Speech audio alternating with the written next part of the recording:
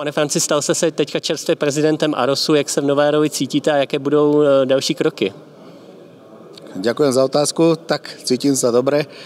Doteraz som pôsobil ako prvý viceprezident Asociácie železničných nákladných dopravcov na Slovensku. Teraz teda po nových voľbách som prešiel na funkciu prezidenta.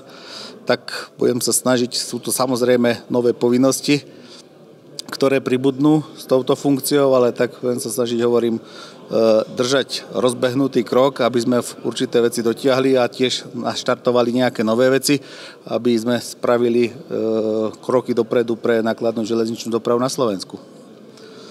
Vy jste vlastně také ředitelem společnosti Metrans Slovakia. Jaká vlastně ta nová funkce bude mít třeba vliv i na vaši roli ve společnosti? No, som konateľom dopravcu Metrans Rail Slovakia, druhého vlastne najväčšieho železničného nákladného dopravcu na Slovensku aktuálne podľa výkonov, takže budem to musieť určite nejako sklbiť, čo sa týka aj práce pre zamestnávateľa a samozrejme, aby to nemalo teda nejaký veľký vplyv, budem musieť viacej času venovať aj funkcii prezidenta AROSu.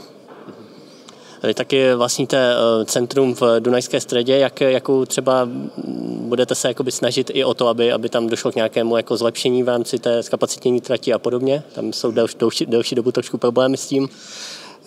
Áno, naša spoločnosť sídlí v Dunajskej strede, kde má teda najväčší terminál kombinovanej dopravy na Slovensku.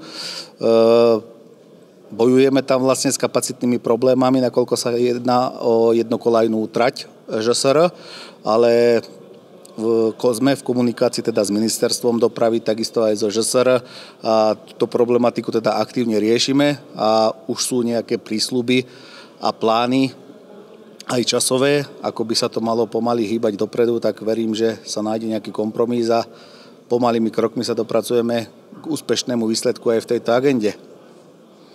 Tak jo, děkujeme za rozhovor, co vám daří v nové funkci.